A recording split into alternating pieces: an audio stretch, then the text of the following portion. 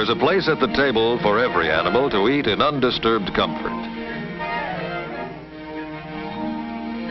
With various kinds of grain stored in glass-lined steel silos, this completely automated, centralized feeding layout is the culmination of a dream, where through push-button control, stored feeds are ground, mixed and transported to the cattle feeding troughs by an auger system.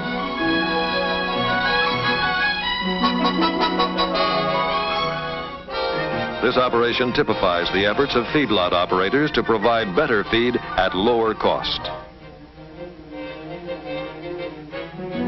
Although many processing plants are located near metropolitan areas of consumption, there is a growing trend to locate plants in areas of supply.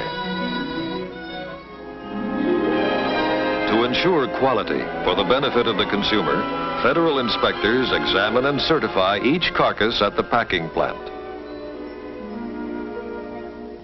Beef, like other meats, varies some in quality.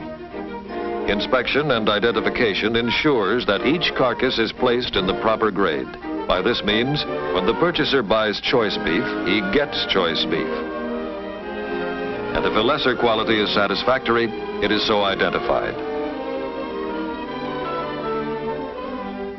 Grading is based on the qualification of the entire carcass, and labeling is done in such a way that each cut will bear the mark of the grade.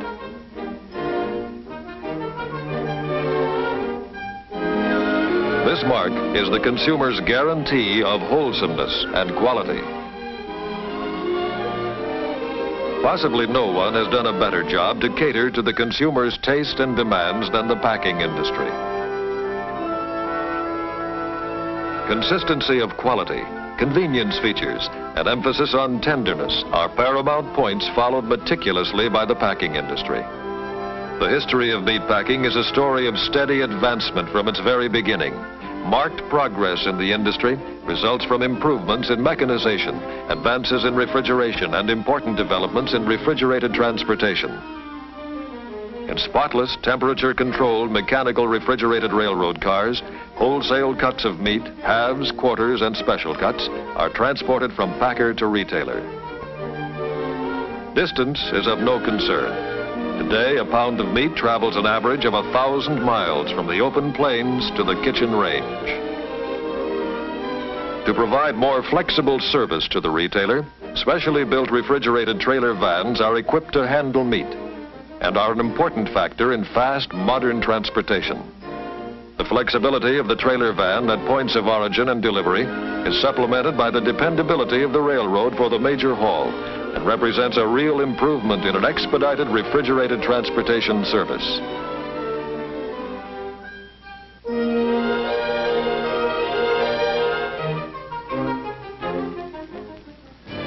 A large number of these mechanically refrigerated trailer vans augments Union Pacific's fleet of thousands of refrigerated railroad cars, operating under the banner of the Pacific Fruit Express, the acme of dependability in refrigerated transportation.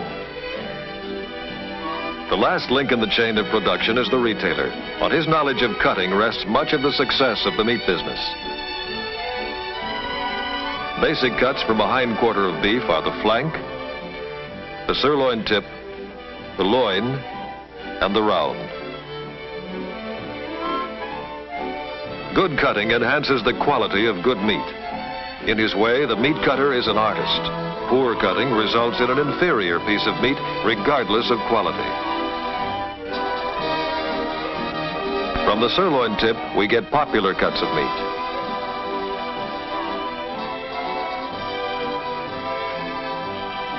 Attached to the flank is the suet, a byproduct. From this end of the carcass comes stew meat and ground beef, both good American family standbys.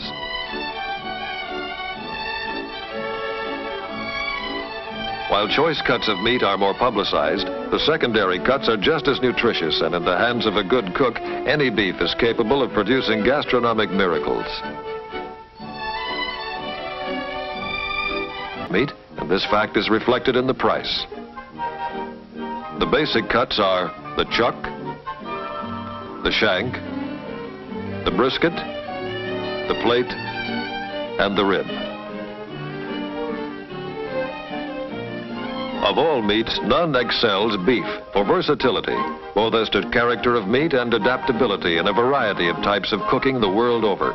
And nothing excels beef for its individual flavor and its ability to transmit this flavor to a wide range of related dishes. Is there anything that meets with more popular favor than rich beef gravy on fluffy mashed potatoes? Now, the rib and the plate are removed.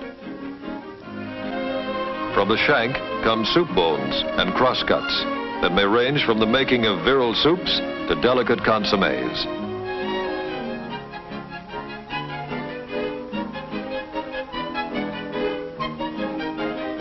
Next comes the brisket. And if your palate doesn't call for corned beef and cabbage, maybe you'd prefer a pastrami sandwich. From the plate comes America's favorite, short ribs of beef. And the rib section gives us the highly regarded standing rib roast. The chuck is a massive piece of meat and produces steaks, stew, or ground beef, and a variety of lower-priced roasts, such as the popular arm pot roasts and boneless chuck roasts. All the roasts are noted for fine flavor and are best cooked by moist heat. It takes long cooking to bring out the excellent flavor and good texture.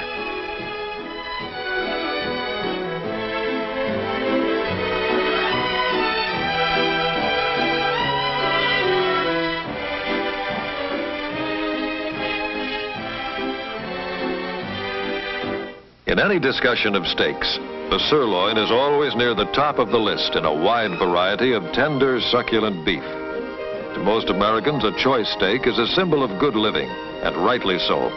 However, a steer isn't all steak or even all meat.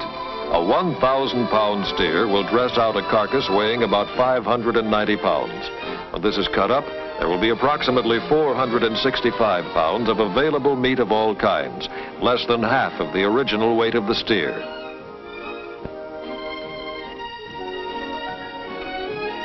Here's another American favorite, lean, juicy round steak, rich in protein and nourishment. Some people enjoy round steak broiled, but many housewives prefer to prepare it as Swiss steak. The round also makes top ground beef. Modern meat merchandising involves individual packaging of individual cuts in a transparent wrap.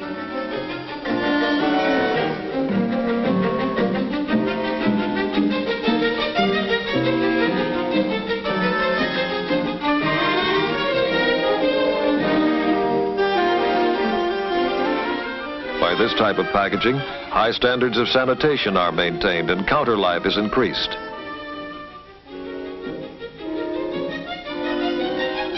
Each package is weighed and priced accordingly.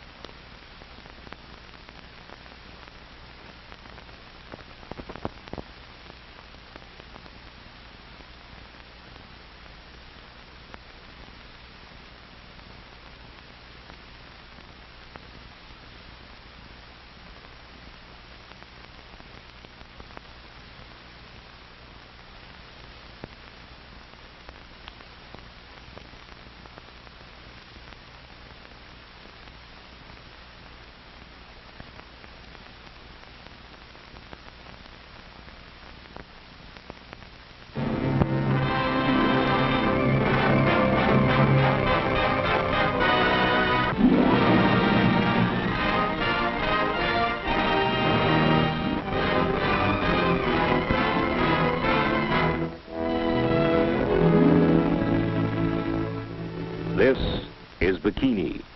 It is here that the military and scientific personnel